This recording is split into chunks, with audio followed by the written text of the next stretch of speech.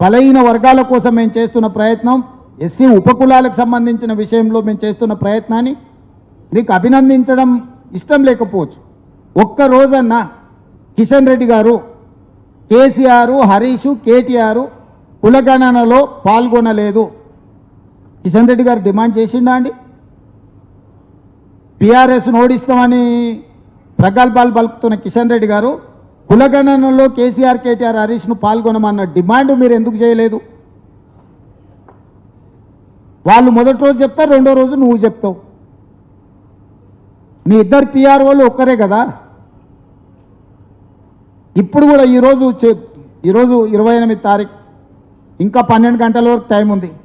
కిషన్ రెడ్డి గారు విజ్ఞప్తి చేయాలి కదా కేసీఆర్కు, కులగణనలో చేరండి, కులగణనలో చేరడం ద్వారా మనం బలహీన వర్గాలకు అండగా నిలబడతామని ఎందుకు చెప్తలేడు కిషన్ రెడ్డి గారు? ఎందుకు డిమాండ్ చేస్తలేరు?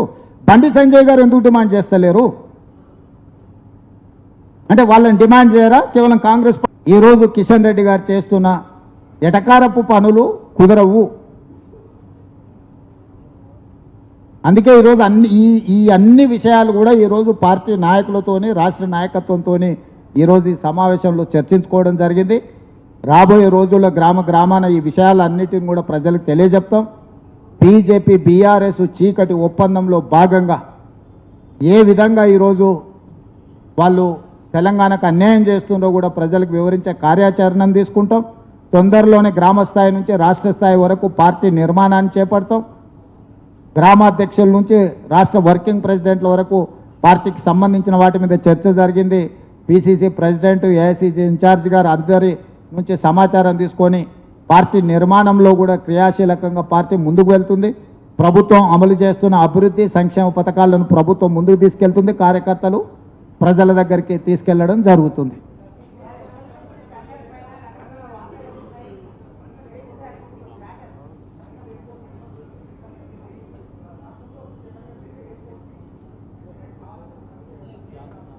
అంటే నాకు అర్థం కాలే రాహుల్.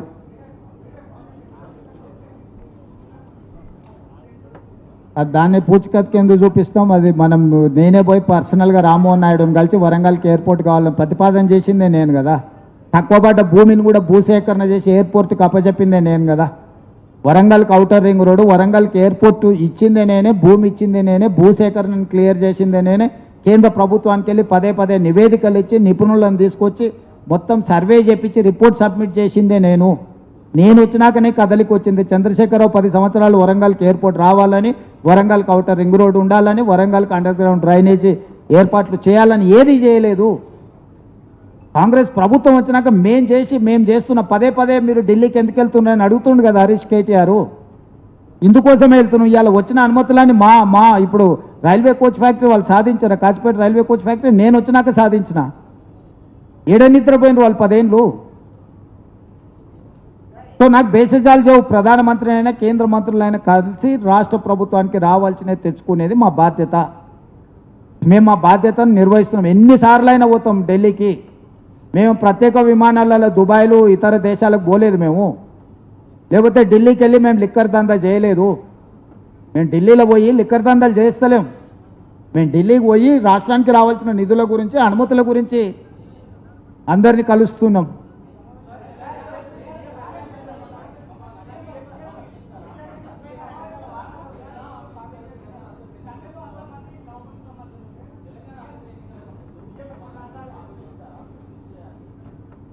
ఇది ప్రభాకర్ అదే ఆయన విచిత్ర బాధన చేస్తుండు. మెట్రో రైలు అనేది ఆయనను అడిగేది ఏంది? ఆయన ఇంట్లోకెళ్ళి ఇస్తున్నా నేను అదే అడుగుతున్నా. ఆయన అనుమతి అడిగేది ఏంది? ఆయన ఓనరా ఈ దేశానికి? యజమానా ఏమన్నా? ఈ రాష్ట్రానికి రావాల్సిన హక్కు అది మెట్రో రైలు. మెట్రో రైలు క్యాబినెట్ ఆమోదం చేయాలా? అంటే మేము స్వతంత్ర రాష్ట్రంగా, స్వతంత్ర దేశంగా మేము ప్రకటించుకోవాలన్నా? ఇప్పుడు మేము గెలిచినాం కాబట్టి యూనియన్ ఆఫ్ స్టేట్స్ ఈ దేశం అనేది, సార్వభౌమాధికారం అనేది రాజ్యాంగంలో ఏం రాసిలో స్పిరిట్ ఆఫ్ కాన్స్టిట్యూషన్ని చదువుకోమని కిషన్ రెడ్డి గారిని. మిమ్మల్ని అనుమతి అడిగేది ఏంది? మీరేమన్నా యజమానులా మిమ్మల్ని అనుమతి అడగడానికి? I am not subservient to any individual. డెఫినెట్గా తీర్మానం చేసి అసెంబ్లీలో తీర్మానం చేసి తీసుకొని వెళ్తాం. కిషన్ రెడ్డి ఏ విధంగా క్లియరెన్స్ తీసుకొస్తాడో చూద్దాము. వాట్ సిద్ధు ఖచ్చితంగా ఇది ఇప్పుడు భాష అనేది ఇష్టంతో నేర్చుకునేది. భాష అనేది తీసుకొచ్చి రుద్దితే ఎవరు ఊరుకోరు. ఎవరి భాష వాళ్ళకు మాతృభాష ముద్దు. అందుకే ఈ మధ్య నిన్నగాక మన ఆదేశాలు ఇచ్చిన మీరు చూసి ఉండొచ్చు.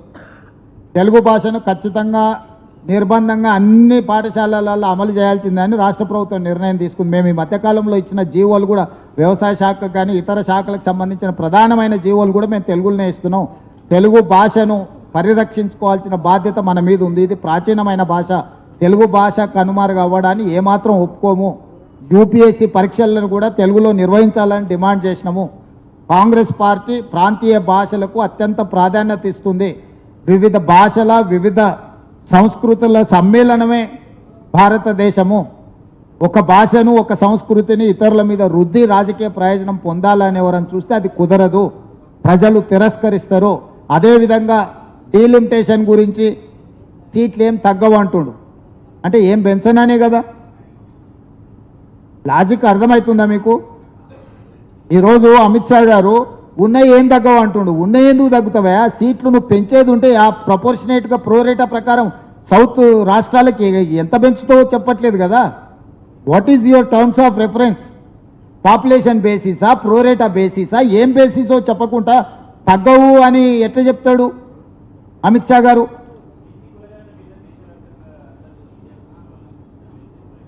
రాహుల్ గాంధీ గారు ఆల్రెడీ పార్లమెంట్లో మాట్లాడిండు, ఆల్రెడీ బీహార్లో మాట్లాడిండు. జాతీయ నాయకత్వం దీన్ని ఒక మోడల్ కింద తీసుకెళ్తుంది. అన్ని పార్టీలతో జాతీయ నాయకత్వం చర్చిస్తుంది.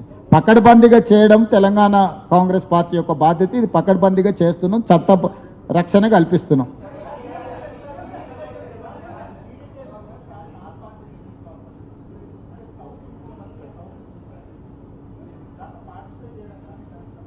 హండ్రెడ్ పార్టిసిపేట్ చేస్తాం. ఆ ఇష్యూను మొట్టమొదటి నుంచి లేవనెత్తుతున్నదే నేను. జాతీయ స్థాయిలో నేనే లేవనెత్తినా, కేరళలో నేనే మాట్లాడినా, దానివల్ల జరగబోయే పరిణామాలు ఏంటో కూడా నేను వివరించే ప్రయత్నం చేస్తున్నా. నియోజకవర్గాల పునర్విభజన ముసుగులో దక్షిణాది రాష్ట్రాలకు తీరని అన్యాయం చేసి ఉత్తరాది రాష్ట్రాల్లో వాళ్ళకి పెత్తనం ఉన్న రాష్ట్రాలలో ఎట్లయితే బీహార్కు ఉత్తరప్రదేశ్కు నిధులు కొల్లగొట్టుకుపోయారో సీట్లు కూడా పెంచుకొని బీమారు రాష్ట్రాలు అంటారు వాటిని. బీహార్, ఉత్తరప్రదేశ్, రాజస్థాన్, మధ్యప్రదేశ్ కాల్డ్ బీమారు రాష్ట్రాలు. బీమారు రాష్ట్రాల సీట్లన్నీ పెంచుకొని దక్షిణాది అసలు సీట్లతోని ఓట్లతోనే పని లేకుండా శాశ్వతంగా బీజేపీ అధికారంలో ఉండాలని కుట్ర చేస్తుంది. ఇది తీవ్రమైన సంక్షోభాన్ని దేశంలో సృష్టించబోతుంది. నువ్వు మొత్తం ఎన్ని సీట్లు పెంచదలుచుకున్నావు ఫస్ట్ అది నిర్ణయం జరగాలి. ఆ పెంచే సీట్లు ఏ విధి విధానాల ప్రకారం నువ్వు పంచదలుచుకున్నావో అది నిర్ధారణ జరగాలి. ఇవాళ ఒకవేళ 50% సీట్లు పెంచదలుచుకున్నప్పుడు ఉత్తరప్రదేశ్లో ఉదాహరణకి 80 సీట్లు ఉంటే 120 సీట్లు ఆడ వచ్చినాయనుకోండి, 40 యాడ్ అయ్యి. తెలంగాణలో 17 ఉన్నప్పుడు 9 యాడ్ అయ్యి 26 సీట్లు తెలంగాణలో పెరగాలి. ప్రపోర్షనేట్గా పెరగాలి. ప్రపోర్షనేట్గా పెరగనప్పుడు 1971 సెన్సెస్ తీసుకోవాలి.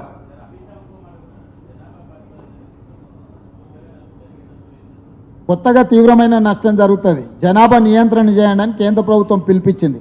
దక్షిణాది రాష్ట్రాలు జనాభా నియంత్రణను పాటించినాయి. దాంతో దక్షిణాది రాష్ట్రాలలో జనాభా పూర్తిగా తగ్గిపోయింది ఆర్ స్టెబిలైజ్ అయింది. ఉత్తరాది రాష్ట్రాలలో కేంద్ర ప్రభుత్వం ఇచ్చిన ఆదేశాలను పాటించకుండా జనాభా విపరీతంగా పెరిగింది. జనాభా ప్రాతిపదికన తీసుకోవడం అనేది కుట్ర. సీట్ల ప్రాతిపదికన ప్రోరేటా ప్రకారం పెంచాలి. మేము కేంద్ర ప్రభుత్వం ఇచ్చిన సూచనలు పాటించినందుకు మమ్మల్ని శిక్షించాలని కేంద్ర ప్రభుత్వం అనుకుంటే అది ఒక తిరుగుబాటుగా మారుతుంది. దాంట్లో ఊరుకునే సమస్యనే లేదు.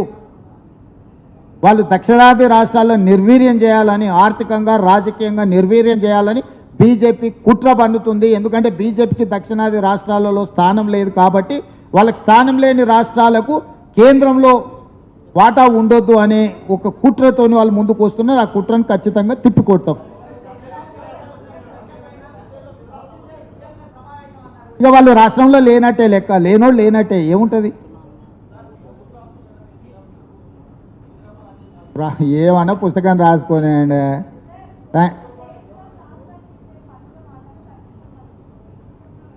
డెఫినెట్గా రాష్ట్రాలకు న్యాయం జరగాల్సిందే. ప్రధాన ప్రతిపక్ష నాయకుడిగా రాహుల్ గాంధీ గారు రాష్ట్రాలకు అన్యాయం జరిగినప్పుడు ప్రధాన ప్రతిపక్ష నాయకుడిగా రాహుల్ గాంధీ గారు లోక్సభలో గలం వెత్తుతారు. అవన్నీ ప్రభుత్వం విధానాలు బయటకు వచ్చినప్పుడు ఖచ్చితంగా వాటికి వ్యతిరేకంగా కాంగ్రెస్ కొట్లాడుతుంది. Thank you.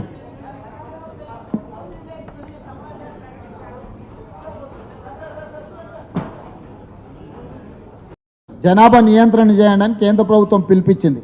దక్షిణాది రాష్ట్రాలు జనాభా నియంత్రణను పాటించినాయి. దాంతో దక్షిణాది రాష్ట్రాలలో జనాభా పూర్తిగా తగ్గిపోయింది ఆర్ స్టెబిలైజ్ అయింది. ఉత్తరాది రాష్ట్రాలలో కేంద్ర ప్రభుత్వం ఇచ్చిన ఆదేశాలను పాటించకుండా జనాభా విపరీతంగా పెరిగింది. జనాభా ప్రాతిపదికన తీసుకోవడం అనేది కుట్ర. సీట్ల ప్రాతిపదికన ప్రోరేటా ప్రకారం పెంచాలి. మేము కేంద్ర ప్రభుత్వం ఇచ్చిన సూచనలు పాటించినందుకు మమ్మల్ని శిక్షించాలని కేంద్ర ప్రభుత్వం అనుకుంటే అది ఒక తిరుగుబాటుగా మారుతుంది. దాంట్లో ఊరుకునే సమస్యనే లేదు. వాళ్ళు దక్షిణాది రాష్ట్రాల ఎన్నికల్లో కావచ్చు, నేషనల్ ఎన్ఎస్యుఐ అధ్యక్షురాలుగా కావచ్చు, పార్లమెంట్ సభ్యురాలుగా కావచ్చు, ఏఐసిసి ఇన్ఛార్జ్ జనరల్ సెక్రటరీగా తెలంగాణ రాష్ట్రానికి రావడం, కార్యకర్త మనసు ఎరిగిన నాయకురాలు మీనాక్షి నటరాజన్ గారు.